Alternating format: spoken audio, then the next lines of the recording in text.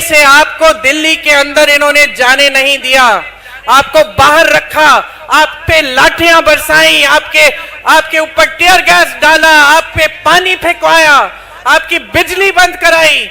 जिस तरह से इन्होंने आपके साथ बर्ताव किया है, इसको भूलिए मत, भूलिए मत। 10 सालों से आप देख रहे हैं बड़ी बड़ी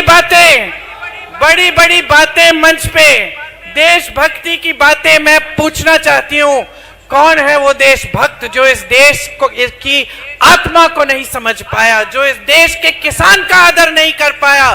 कौन है वो देशभक्त? नरेंद्र मोदी जी हैं? मुझे तो नहीं लगता।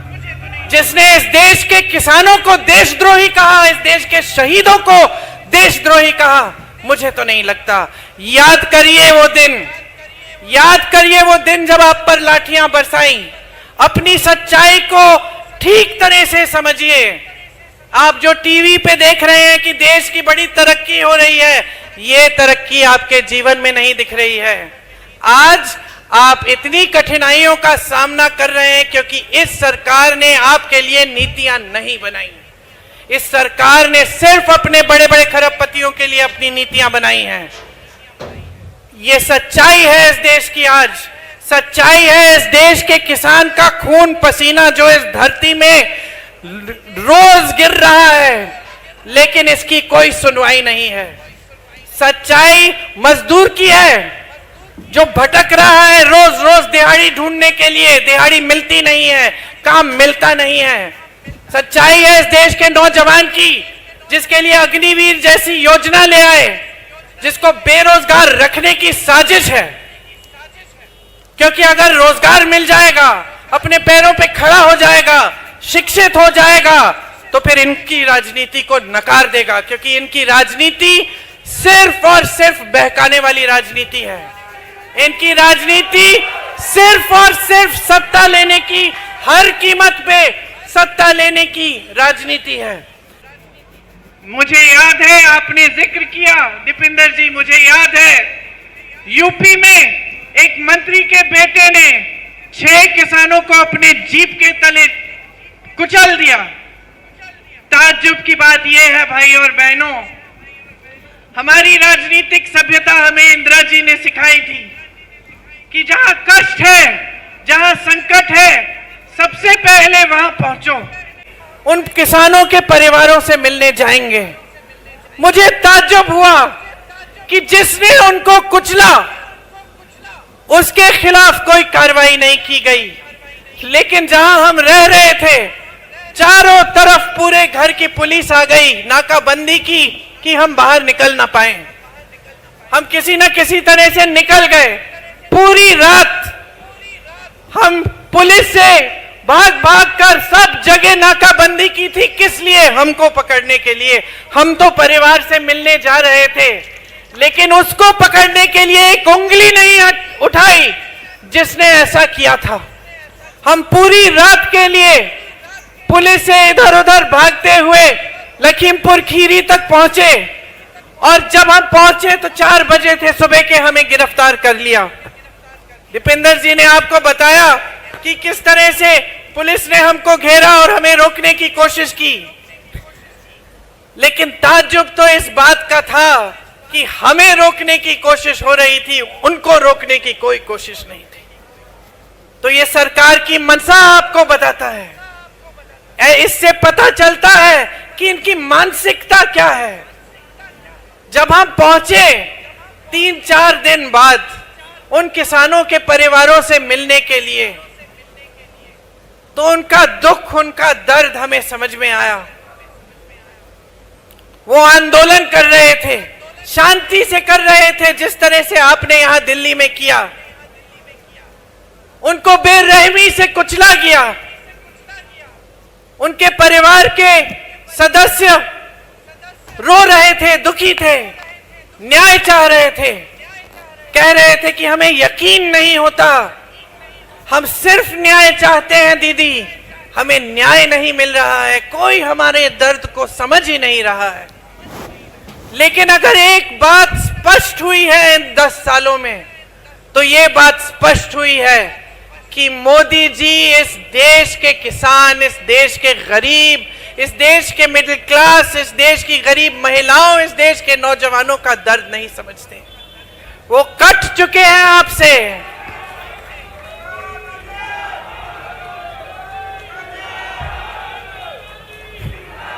इस चुनाव में उसी मंत्री को टिकट दिया है जिसके बेटे ने उन किसानों को कुचल डाला। वो आज चुनाव लड़ रहा है। ये परिस्थितियां हो गई हैं हमारे देश की। आज परिस्थितियां ये हैं कि जितनी भी इनकी नीतियां बनती हैं, बड़े बड़े खरबपतियों के लिए बनती हैं। अगर दर्द किसी का समझ रहे हैं तो अपने खरबपति दोस्तों का दर्द समझ रहे हैं, जिनके पास पहले से हजारों लाखों करोड़ रुपए हैं, लेकिन मोदी जी हमारे सरकारी बैंकों से उनको 16 लाख करोड़ रुपए कर्ज माफ करते हैं। आज देश का किसान कर्ज क्यों लेता है भाइयों और बहनों?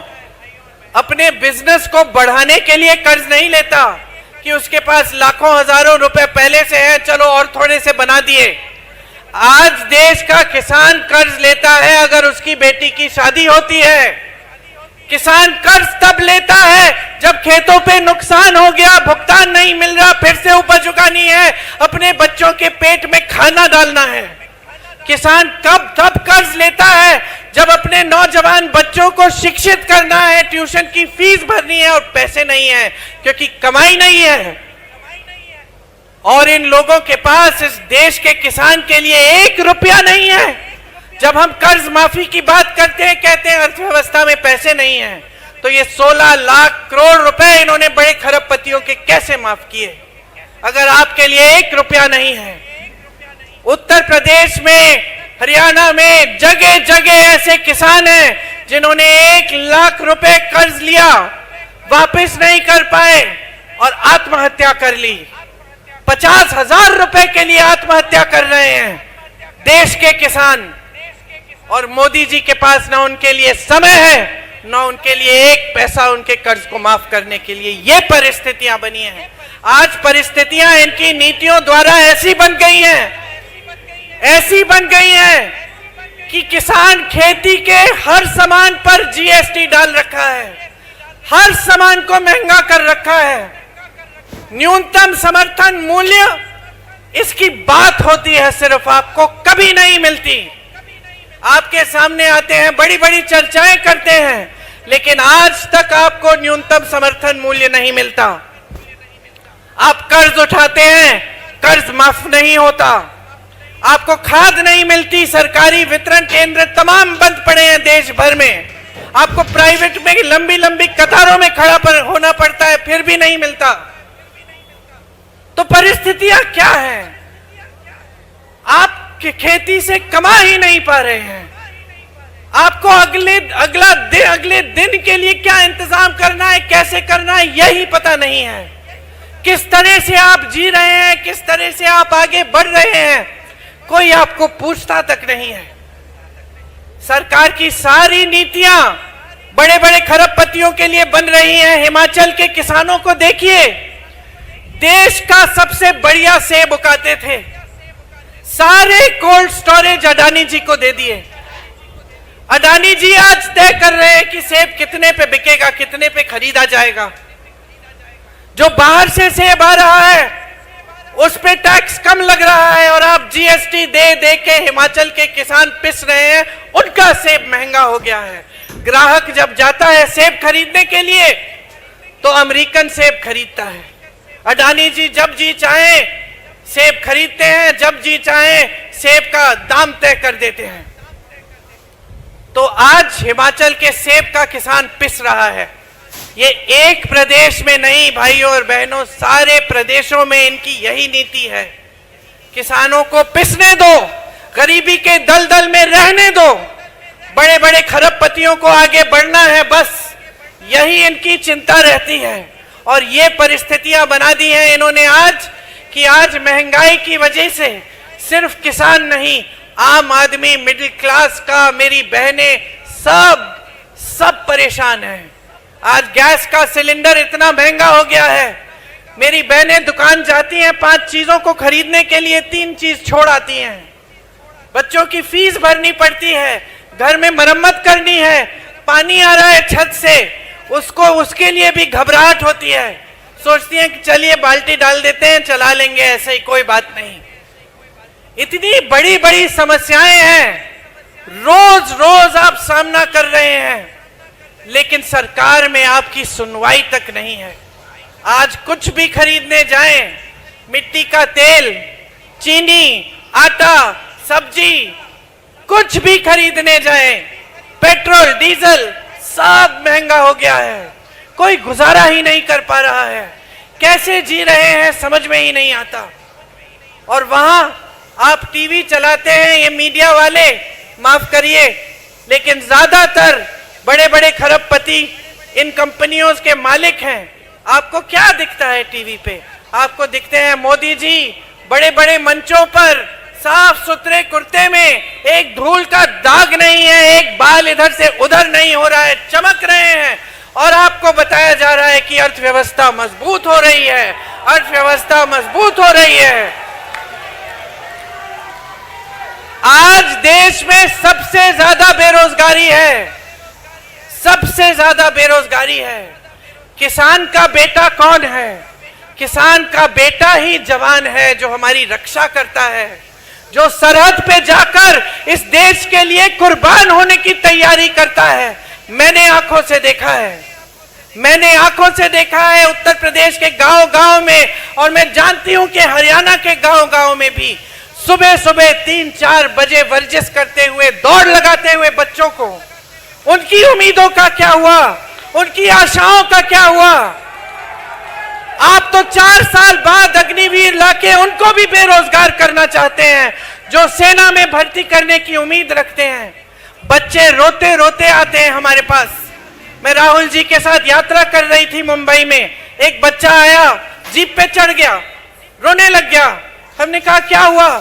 बोला दीदी 3 बार मैं भर्ती का कर चुका हूं, सारी परिश्रम की है, सूची में नाम भी आ गया, अब पिताजी कह रहे कि मत जाओ। तो मैंने कहा तुम्हारा मन क्या है? कहता है मन नहीं है दीदी, डर लगता है, मैं जाऊंगा भी तो 4 साल बाद मेरा क्या होगा, और मैं चले गया, मैं शहीद हो गया तो शहीद का दर्जा भी नहीं मिलेगा, शहीद का पेंशन भी नहीं मिलेगा मेरे परिवार को। रोने लग गया। कहा मैंने अपने 3 साल बर्बाद कर लिए, आज मैं यहां खड़ा हूं। मैं जाना चाहता था, देश की सेवा करना चाहता था। उस बच्चे की आंखों में वो जज्बा दिखा मुझे, वो शहादत का जज्बा, वो जज्बा कि मैं शहीद हो जाऊंगा लेकिन देश की रक्षा करूंगा। लेकिन उसको ये घबराहट थी कि अगर मैं कर भी डालूं तो मेरे परिवार की देखभाल कौन करेगा। आज बेरोजगारी चरम पे है और मोदी जी अग्निवीर जैसी स्कीम लाते हैं। बेरोजगारी चरम पे है, 70 करोड़ नौजवान बेरोजगार हैं इस देश में आज। कभी ऐसा नहीं हुआ बहनों और भाइयों। मोदी जी कहते हैं ना 70 सालों में कांग्रेस ने कुछ नहीं किया, मैंने 10 सालों में वो कर दिया जो इन्होंने 70 साल में नहीं किया। हाँ, 10 सालों में इन्होंने बेरोजगारी को इतना बढ़ा दिया कि 45 सालों में इतनी बेरोजगारी नहीं रही जितनी आज है। इनकी पूरी, इन्होंने देखिए बेरोजगारी के लिए, बेरोजगारी को खत्म करने के लिए एक स्कीम नहीं दी है आपको। जहां जहां से आपको रोजगार मिलता था वो सारे साधन बंद कर दिए। बड़ी बड़ी सरकारी कंपनियां किसकी हैं आज बताइए? किसको सौंप दी गई हैं? बड़े बड़े खरबपतियों को सौंप दी गई हैं। उनकी सारी सब्सिडी सौंप दी गई हैं।